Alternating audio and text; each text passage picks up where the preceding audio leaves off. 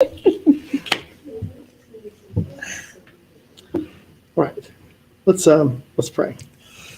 We thank you for allowing us to gather together to Midrash on your word. Abba, we've eaten and we're satisfied. We thank you for the land. It's in Yeshua's name. Amen. Amen.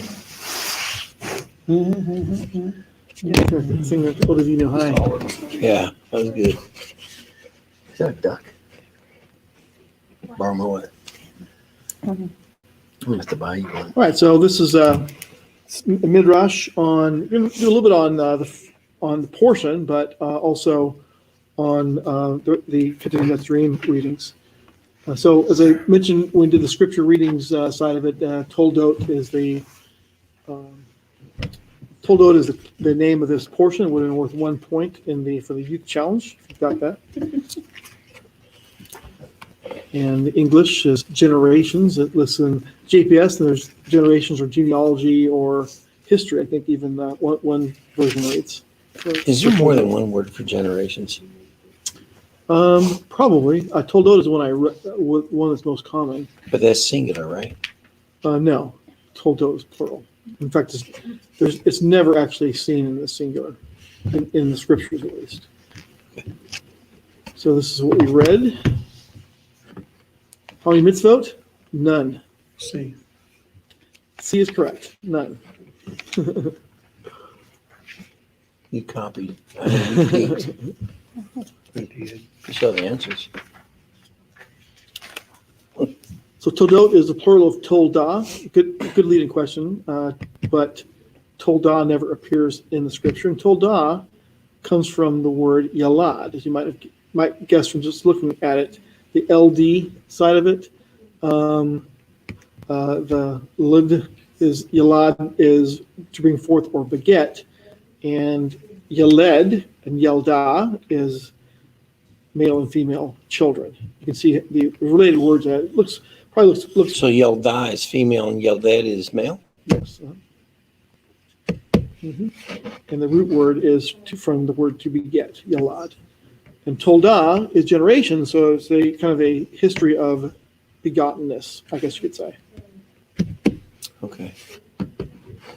Some of those words I get confused with, so.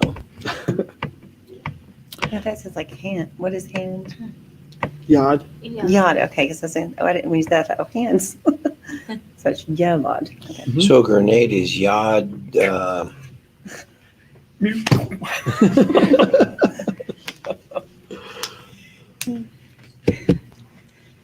So what is the meaning of Toledot? Well, there's interestingly, Toledot is spelled two different ways in Scripture. Most of the time, it's spelled defectively in the sense that it has one more vav. You see there, if you're looking at the one that says Bereshit 2:4, Ruth 4:18, it's tav, vav, lamed, dalet, vav, tav, right? Toledot.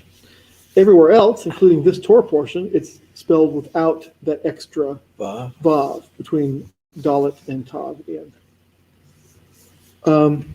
The two times where it's spelled fully, it says these are the Toledot of the heavens and the earth when they were created, and these are the Toledot of Peretz, spelled fully in that listing there.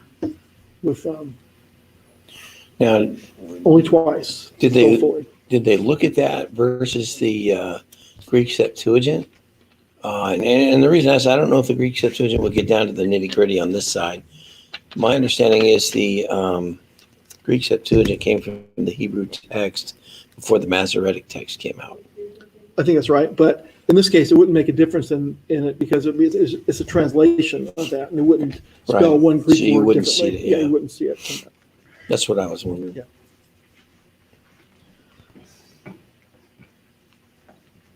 So there's some commentary on that. Messiah, son of Peretz, is a theme within traditional rabbinic studies. It's Genesis Rabbah 12:6 says, Rabbi Berechiah said the name of Rabbi Shmuel ben Nachum. Though these things were created in their fullness, yet when Adam sinned, they were spoiled, and will not be returned to perfection until the son of Peretz, i.e. Messiah, comes. for in the verse, and then it talks about. I'll turn the slide here. In the verse, these are the Toledot of Peretz. Toledot is spelled fully with a vav. And Is the vav the sign of man? well, the numbers.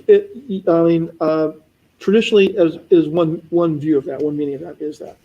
Now, so these are they: 1, his luster; 2, his immortality; 3, his height; 4, the fruit of the earth; and 5, the fruit of trees; and 6, the luminaries. And so the question kind of is, why does it list 6 things? Verses 7? Or are you saying why is there 6 not? Why do they list 6 things?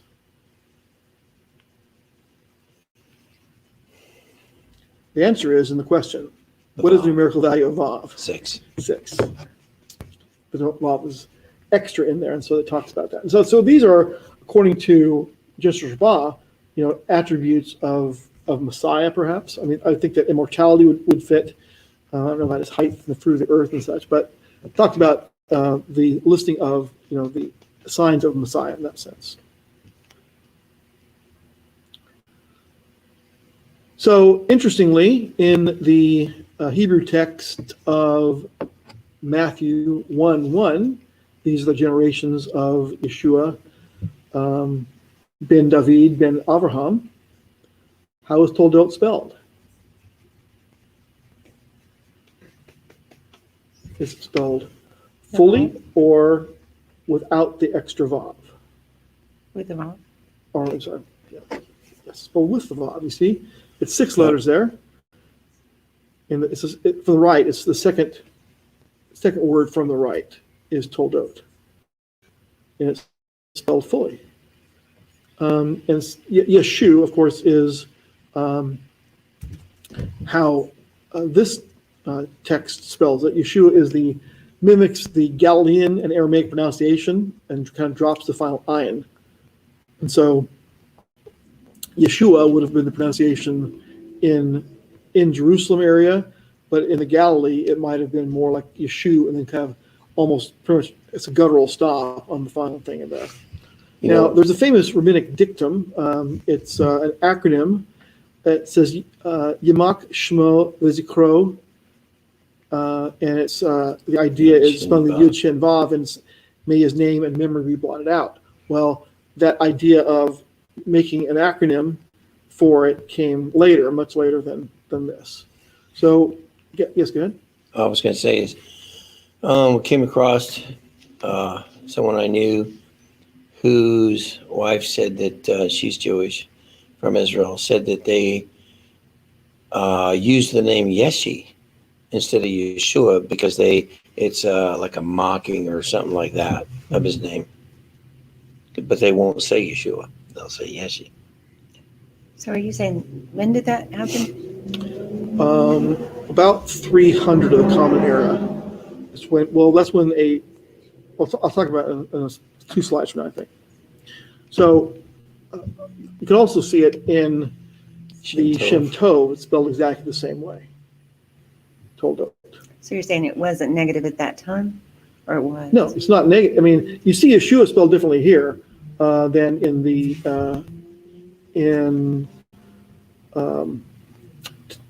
Deutelee Hebrew, but Yeah. Yeshu wasn't there was no acronym that says may his name be blotted out until much later. Yeshua was a very common name in the time period, and Yeshu was how the name was pronounced in the Galilee, because they're just like in the U.S., different regions had different pronunciations. So the name doesn't mean that, it's just this acronym they made up for the letters. They made the acronym up about a couple hundred years after that. Okay. Same thing. But Yeshua is the full spelling, and here they've got Yeshu. They have the things they're saying. It's basically it's a transcription of it.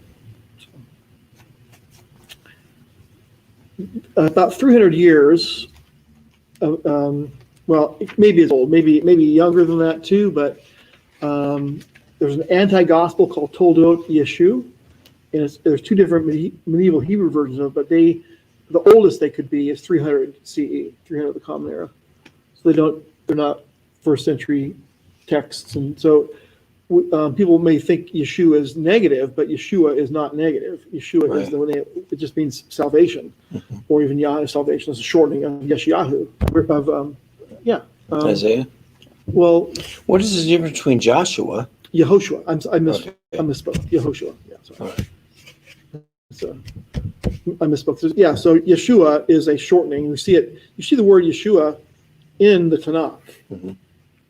Usually the translation in English has a J in it, so Jeshua, but you see it in the Tanakh, not in the Torah side of it, but later on in the, it's names of officials, of Jewish officials as Yeshua. So it is just a shortening of the name, and it was common in the time period. Not negative at all. All right. So if there's no more discussion of this or anything else you want to talk about in the Torah portion itself, the questions on, I have a short study on some of the things we read in the Ketuvim Netzarim, covering the 2nd through the 7th aliyot. So, first thing is really a question: what was your favorite vignette we read? The healing of the woman and others, the touch Yeshua's tzitzit, the death of Yochanan Hamatbil, or HaTevilah. Now, we see it for the second one, Yochanan. Hamatbil means the immerser. You see that in Shem Tov. In Dutele, it's Yochanan HaTevilah, Yochanan of the immersion, I guess how I would translate that. So he's probably known by two different monikers during his time, the immerser and of the immersion. It's the same person. Yeah.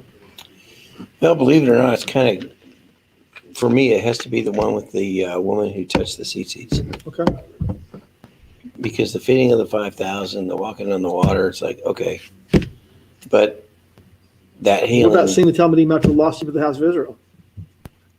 It's pretty cool, right? Yeah.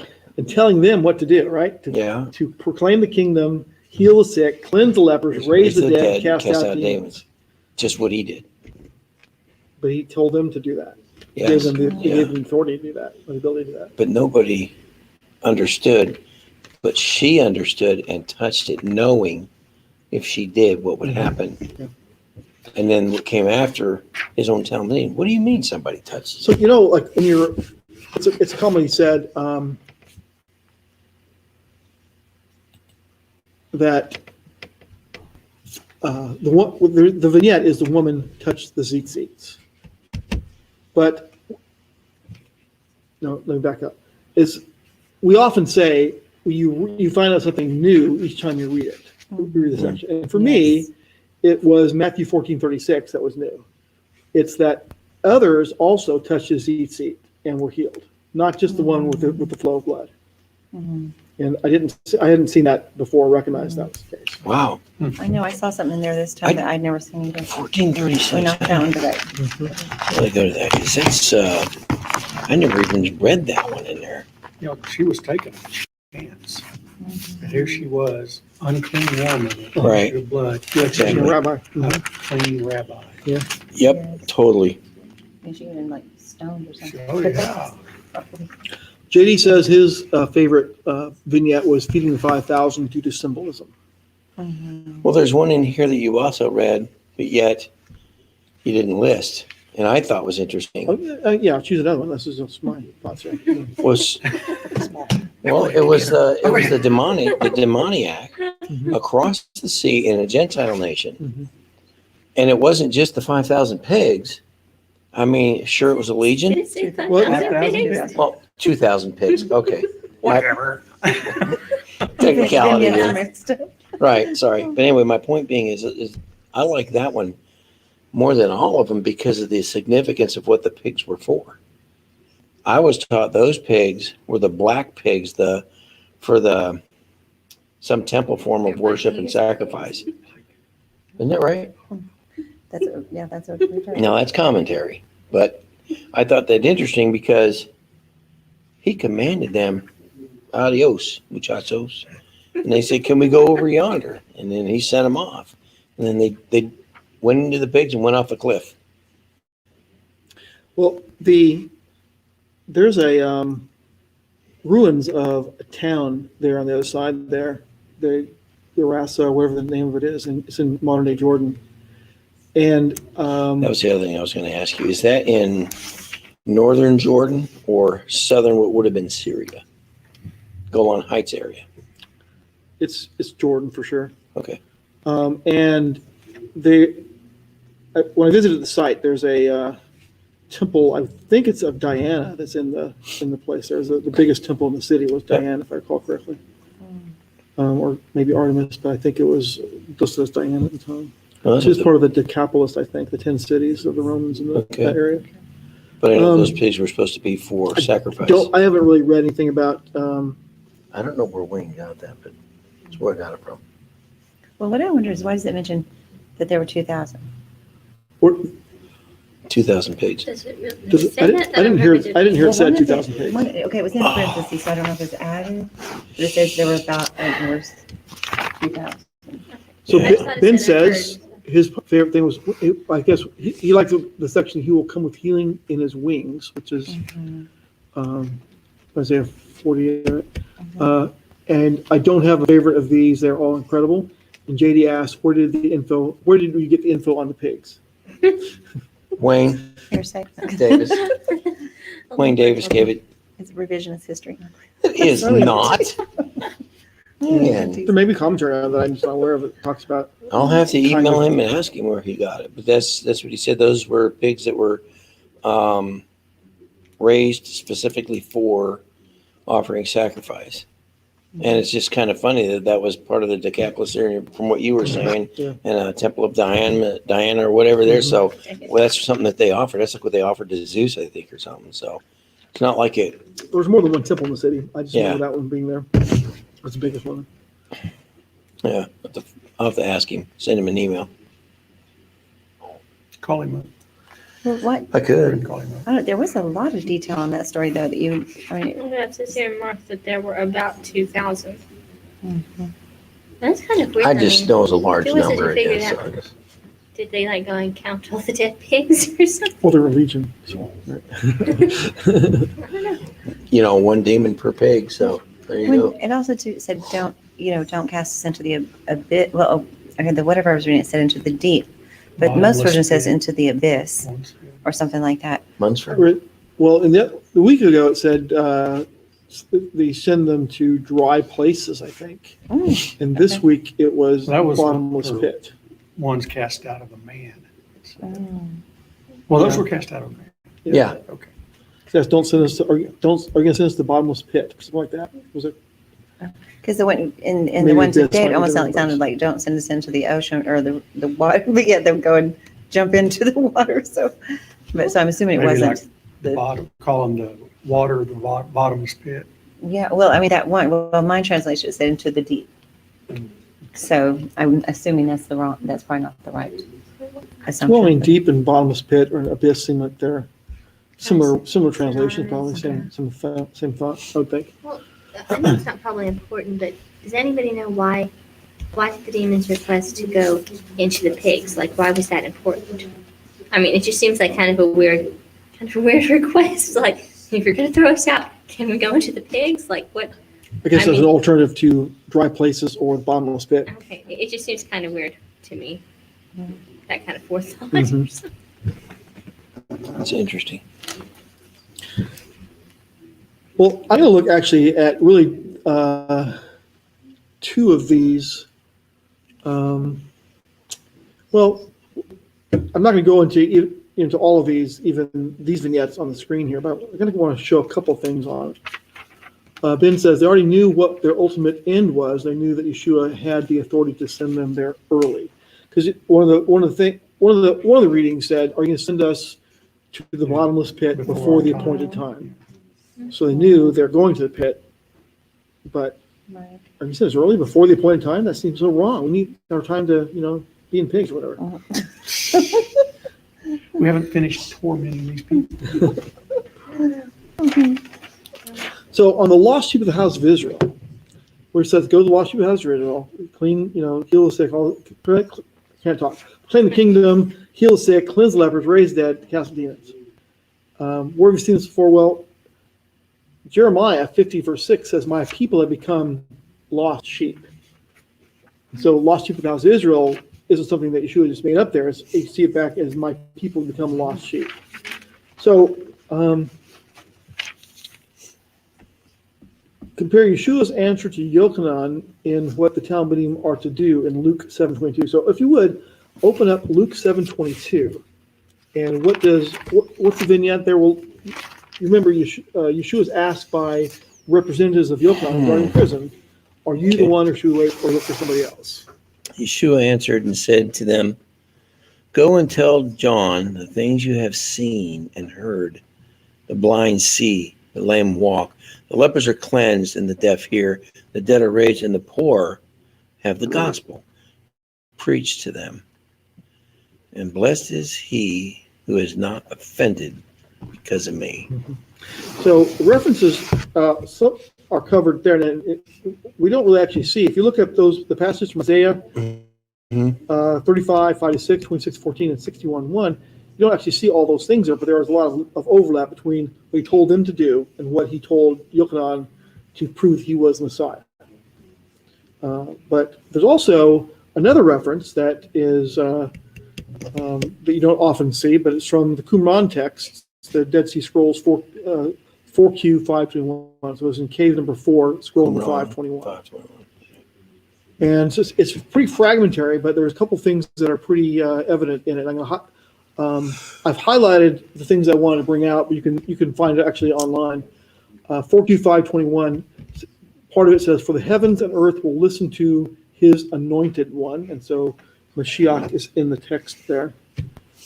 And that's part of it. So it's about, so you can see that it's about Messiah. And then later on, "For the honor of the pious upon the throne of an eternal kingdom," so kingdom is in there, "freeing prisoners," like freeing captives, "giving sight to the blind, straightening out the twisted," in other words, the healing of twisted limbs and so on.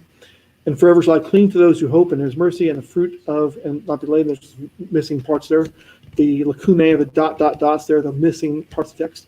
"And the Lord will perform marvelous acts such as not existed, just as he said, he will heal the badly wounded, make the dead live, he'll proclaim the good news to the poor, he will lead the blank and enrich the hungry." So there's some missing parts there. But the proclaiming the gospel or the good news to the Basora to the poor is found here in 4Q 521. I've not necessarily seen that in the other places. The good news to the poor, is that in there in Isaiah 61:1?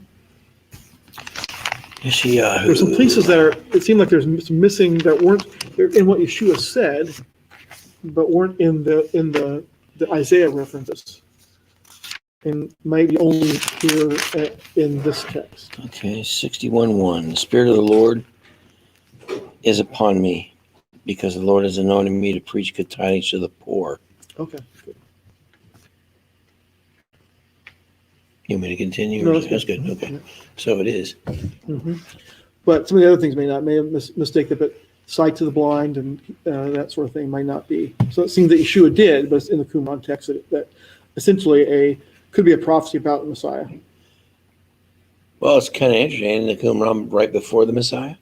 Yes, well, it depends on who you listen to in terms of when the thing was established, but it was destroyed by the Romans about a year before the temple was destroyed, roughly. So Qumran probably existed, in my view, from about 100 CE to 108 or to 69 AD, but it could be, I don't know where I BCE, heard of it. it could be older than that. Yeah. There's folks that believe that it dates back to the time of Jeremiah. So is this like a commentary on Isaiah? It's not necessarily known to be a commentary on anything particularly. It is a fragmentary text that's found in one of the caves of Qumran.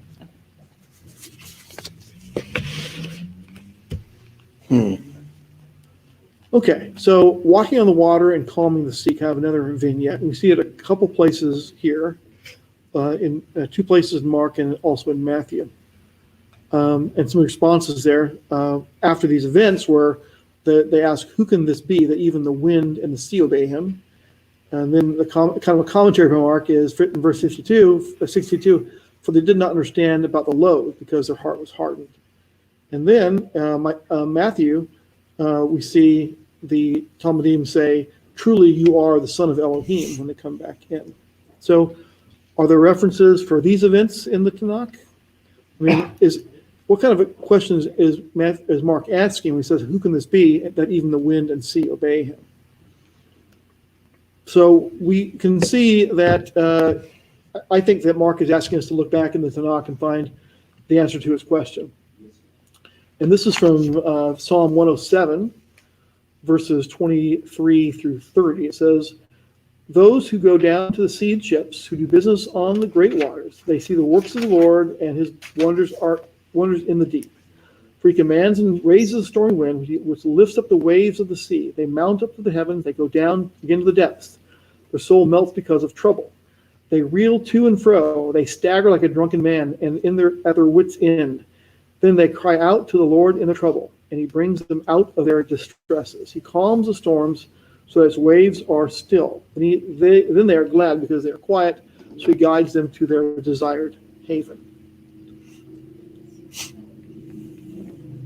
So, section of that, what do we learn from this? And to Mark's question, who can this be that even the wind and the sea obey him?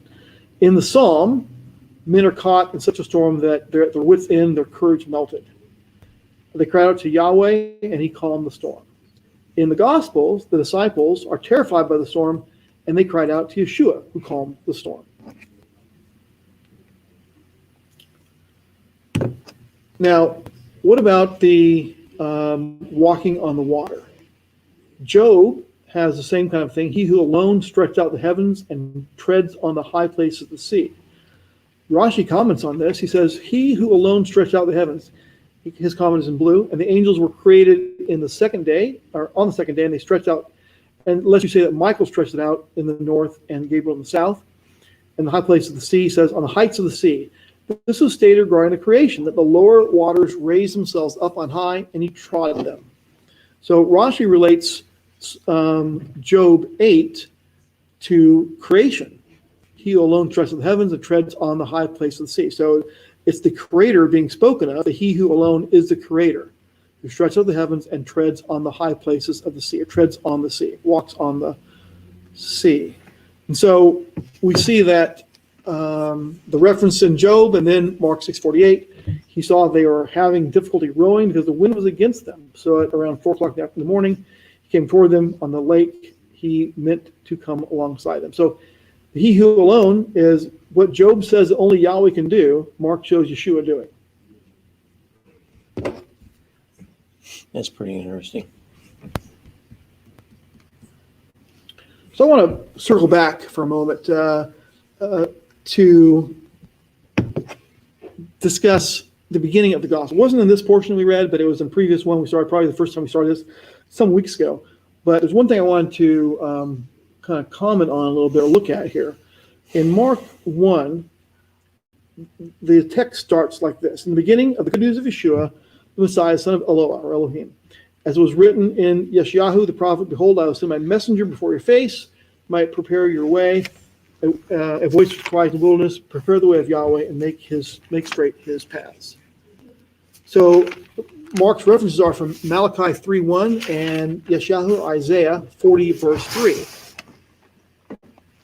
So Malachi 3:1 reads this way: Behold, I send my messenger, and he shall clear the way before me, and the Adon whom you seek will suddenly come to his temple, and the messenger of the covenant whom you delight in. Behold, he comes, says Yahweh Tzava'ot.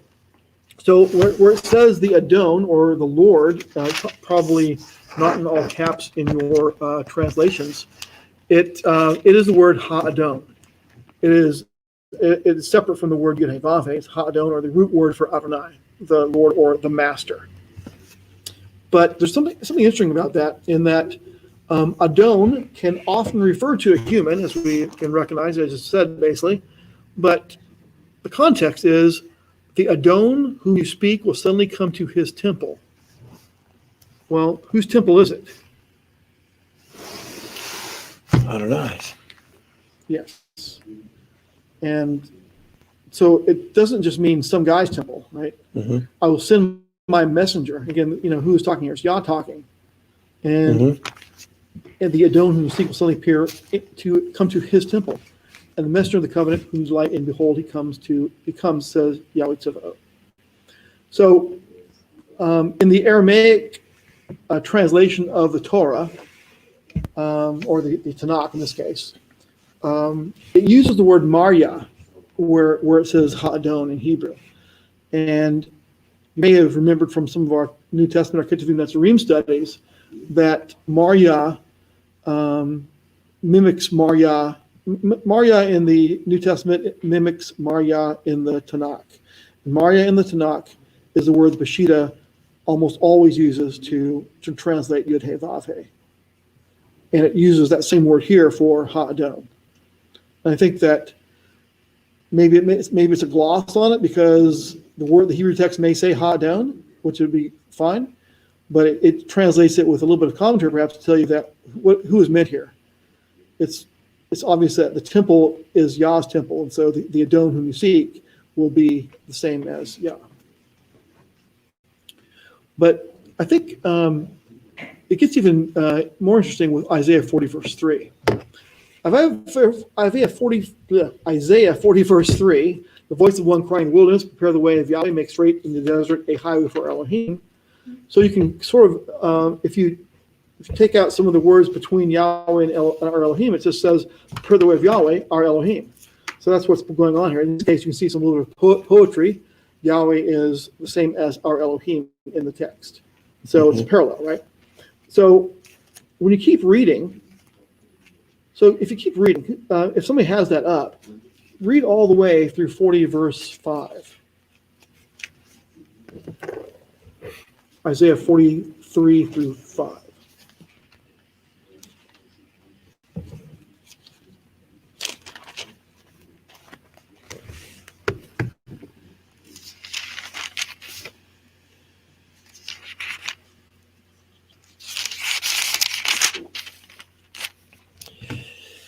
Comfort, yes, comfort my people, says your God. Speak comfort to Jerusalem.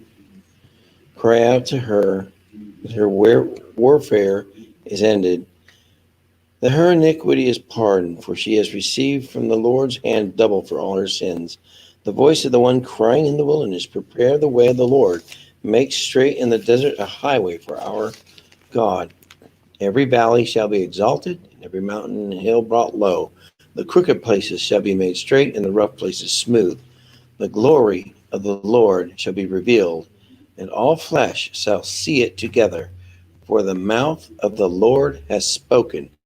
You want me to go to 6? No, that's good. Okay. Because the part where I want to bring out where it says the glory of the Lord will appear, it is kavod. It's one of our. If you would have known this in advance, you would have got another one of the youth challenge ones. But kavod Yahweh is the glory of Yahweh. So Mark is quoting a passage before this, the per the way. We keep reading. It talks about the glory of Yah will appear. So what can we learn from the beginning of Mark's gospel? Well, I think that the prophecy tells us that the voice of one crying in the wilderness will prepare the way of Yahweh, our Elohim, and that the kavod of Yahweh will appear.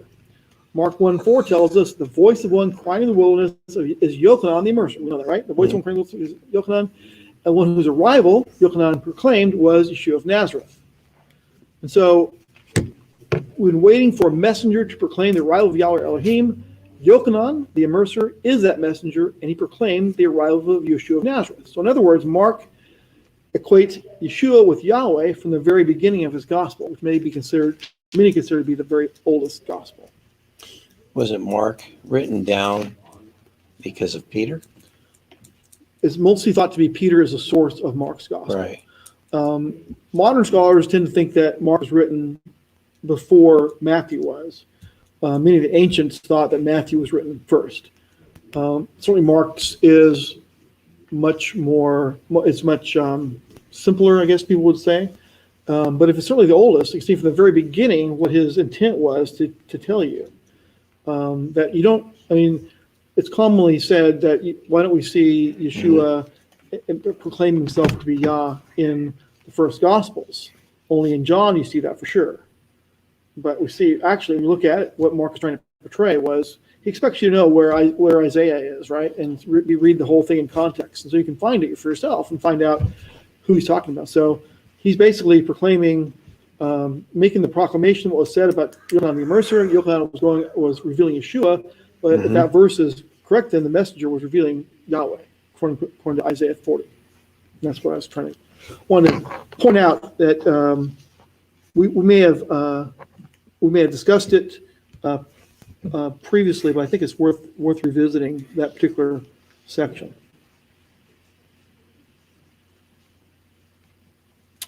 That's really all I have. Pending your questions, 2 versions of what to be doing. Like that statue. Yeah, looks just, It's very lifelike. yeah. And one dog is getting an early Shabbat on. That was taken actually yesterday afternoon. Wow, I didn't know she had her own statue. Looks so lifelike. Dixie the dog. Is that what's going to be put down there? Dixie the dog. Well, it's an Aramaic, so. Okay, there you go. Yeah. Now, JD comment was, I think Matthew was first. He's not. It would have had to been within.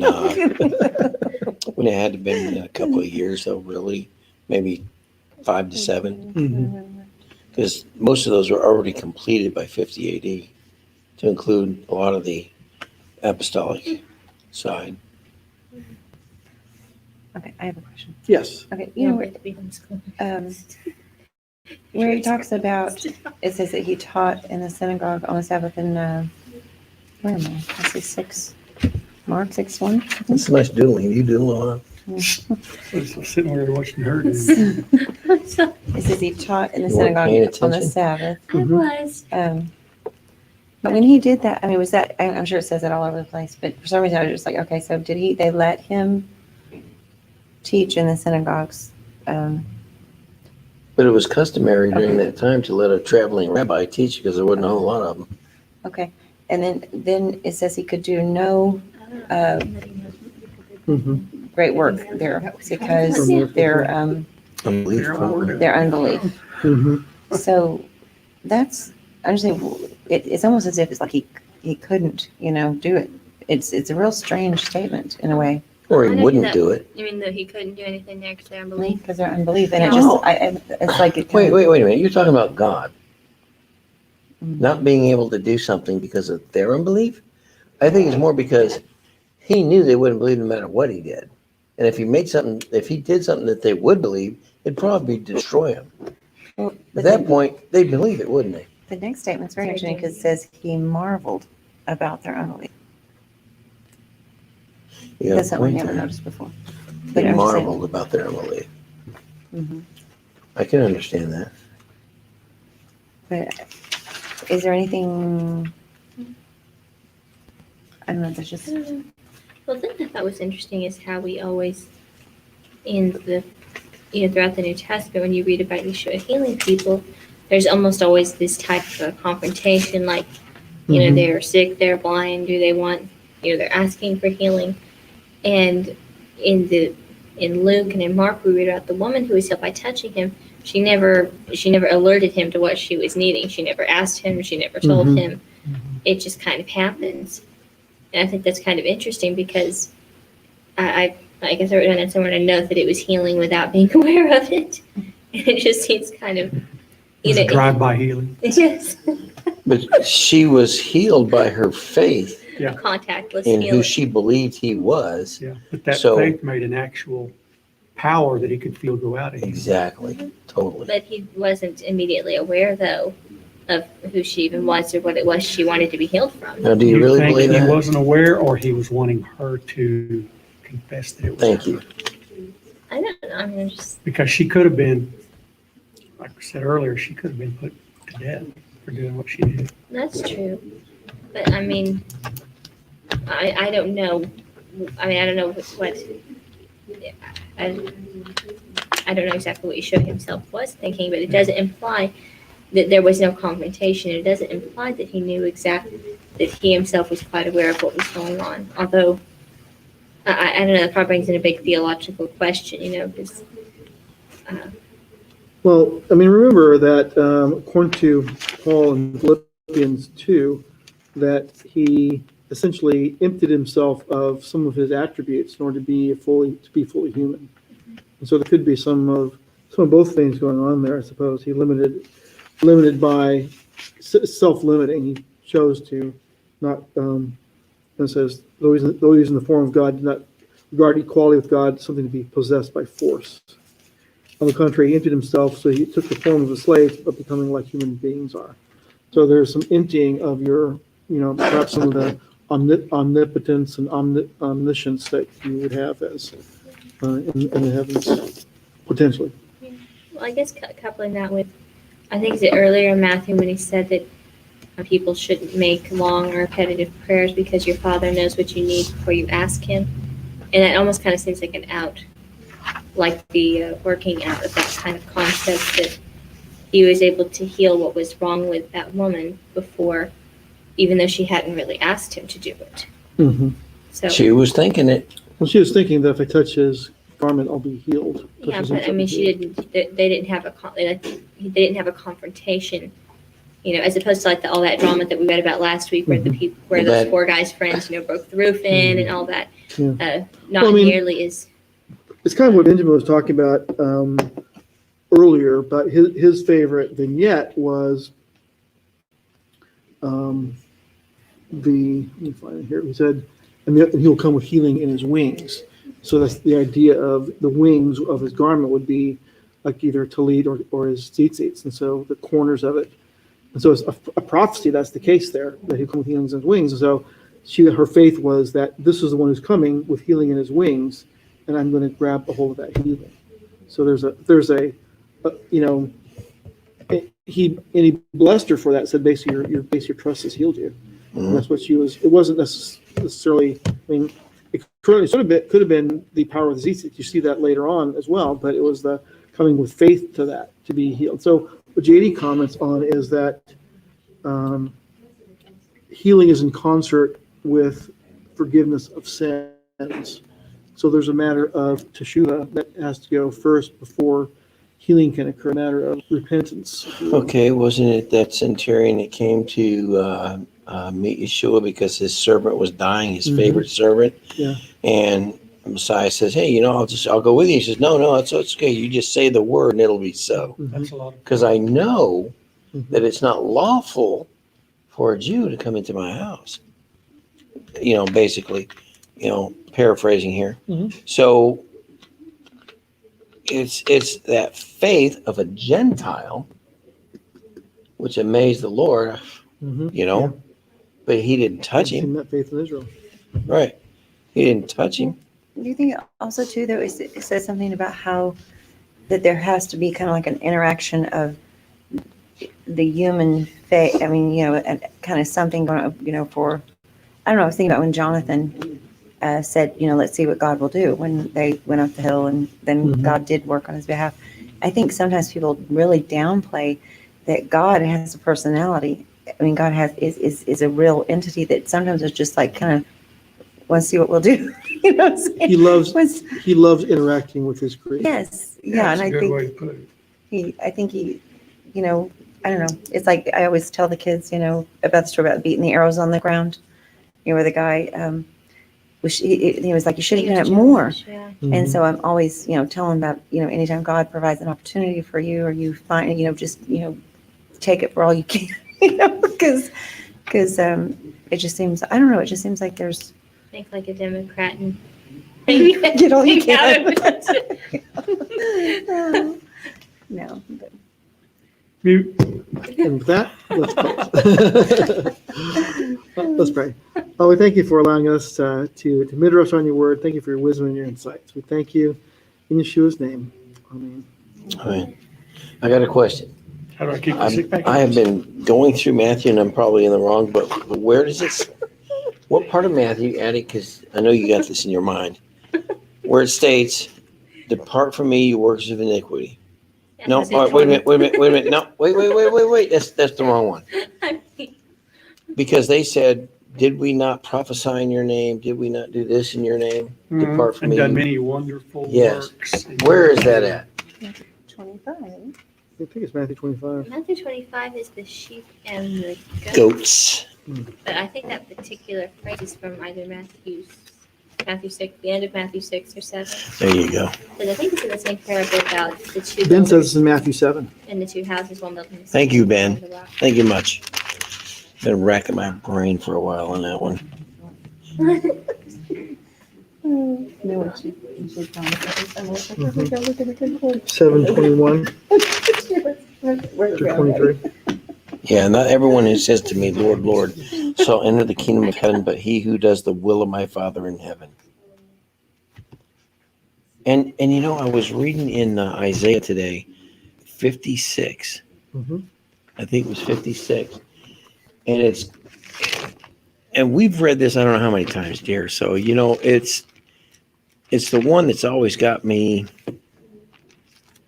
you know, worrying about some people, because they just don't want to get it. And it's kind of scary because I don't know how it's going to end up, but when you read it, I'll read it to you, because I want to say it is verse 1 through 2. Thus says the Lord, keep justice, do righteousness, for my salvation is about to come, and my righteousness is to be revealed. Blessed is the man who does this, the Son of Man, who lays hold on it, who keeps from defiling the Sabbath, keeps his hand from doing any evil. And then I want to say go down to 6. And the sons of the foreigner who join themselves to the Lord to serve him, to love the name of the Lord, to be his servants, everyone who keeps from defiling the Sabbath and holds fast my covenant. And here in Matthew 7, I can't help but think, what about those who keep rejecting what people say about the Sabbath? You know, everyone who says to me, Lord, when I only came to heaven, but he who does the will of my Father in heaven. So then, you know, you go to John 14:15 and a few other locations, you know. All throughout the New Testament, it talks about the Sabbath. Yeah, well, that's one of the signs God said is between him and his people. There's very few signs, maybe 2. Mhm. He actually calls signs between me and my people. Mhm. One's the Sabbath, keeping the Those Sabbath. Britain law, right? Yeah. Oh, that's right. Because he says, you know, and then I will declare to them, I never knew you. Depart from me, you who practice lawlessness. Yes, those people Psalm chapter 6. are being condemned. Yeah. And they think they're doing right all along. They're on the right path. But why is it? I mean, for example, I'm thinking what they're saying, they can expel demons. Yeah. And they can perform miracles. Yeah. They got to be on the right path, right? And do many wonderful works and do all that in his name. Yeah. Yeah. It's scary. But how can you do all that, but yet you don't know? But that begs to differ, because I don't feel I'm immune from that. Well, like the Pharisees of Yeshua's day, they were avid Sabbath keepers, but they didn't do lots of other things, you know. But they never knew him. Yeah, well, like Yeshua said, a lot of the commands that they made Yeah. nullified parts of the Torah. Right. So they're the Talmud keepers, so to speak. But Yeah. I don't think I'm immune from this. None Not of at us all. are. We're human. But you know what? Does it say that none of them, or some of them who did that were not forgiven before that time? Nope. Okay. It says, I will declare to them, I never knew you. Depart from me, you who practice lawlessness. Or you who work outside of the law. Yeah. Who does that remind you of? Well, quite a few people, I actually. mean, mainly Christianity. Yeah. They believe in practicing casting out demons, healing the sick, doing many wonderful works in the name of Jesus, But not keeping the Torah but one not iota. but doing that all without the law. Yeah. Well, I guess it's like, you know, you can't know the Messiah without the Torah. And you can't understand the Torah without the Messiah. You know, it's kind of like a Torah purpose-filled life, but without the Messiah, it's kind of pointless. Yeah. It's like you say, it's scary Yeah. because they didn't know they were doing wrong. Maybe there's some things we don't know.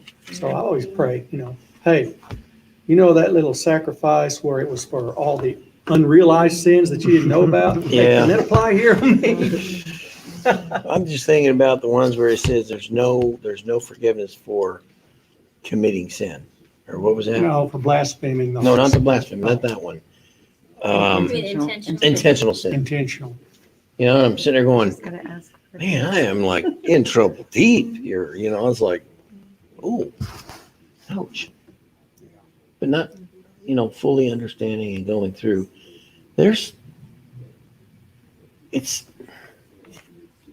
I know God knows the heart. Thank God he knows the heart. Hopefully mine's not so bad. I can get a grip, But the thing is, Well, I think I know that if I am capable of missing the mark without realizing it, and I ask him, but it wasn't intentional, was it? no, I thought I was doing right, just like they did. Yeah. Okay. But I know enough to say, yeah, I'm not above that. I could certainly fall off like that. Please, Father. Yeah. Don't let me do it. And if I've done it, forgive me. So, I think that's what makes the difference. Yeah. Well, that'd be like, yeah, it'd be like let's say next week I decide, I'm dropping the whole Messianic thing. I'm going back to church on Sunday. To me, for me to do that would be like a slap in the face to God. Here he shows me his good word, his truth. And because I don't like something, I just up and they forget that. I mean, like, I can't go back to Sunday in any way, shape, fashion, or form. It's kind of the way I feel. How can I, like Yeah. some people I know have gone back for whatever reason. Yeah. Oh, my business partners are there, so I need to go back to that so I can keep my business going. That's where all my friends are. Well, it's nothing to do with your salvation. I made new friends. I know people who have, Yeah. why do you go there? They'll tell me, yeah, I believe what you believe. Why do you go there? Yeah. That's how my business is supported. But everything we've been reading since we started this new Torah cycle, how in the world can you not see how scary it would be to land in the hands of a great God? Would you not be concerned? I mean, it's one thing for your body to die, but him who can kill the body and the spirit, that's a little bit scary. I think a lot of people are deluded with well, God knows my heart, so he'll make exception. God knows my heart too, and I'm scared. He's a good God. He's a He does know our righteous hearts, God. and he values mercy over judgment. Yeah. But he's also just. Yeah, that's the Very other side of the just. coin. Very There's just. somebody, like I was, there's someone is the wicked, evil people that God's talking about at the end. That says like all will all come free, as they say. Well, what was that statement from Little House on the Prairie when Laura said something about hell, and when Pa reprimanded her, she said, "Well, Pa's got to be there for somebody." God didn't make it for nothing. Good job, Laura. That's true. That's true. That's how I feel about certain people in politics. I'm like, Oh, Pa, it's got to be there for somebody. that's what Trump said the other day when Biden left on his trip overseas. He says, the devil has left the White House. Oh my goodness. And with that, we will close. Mute.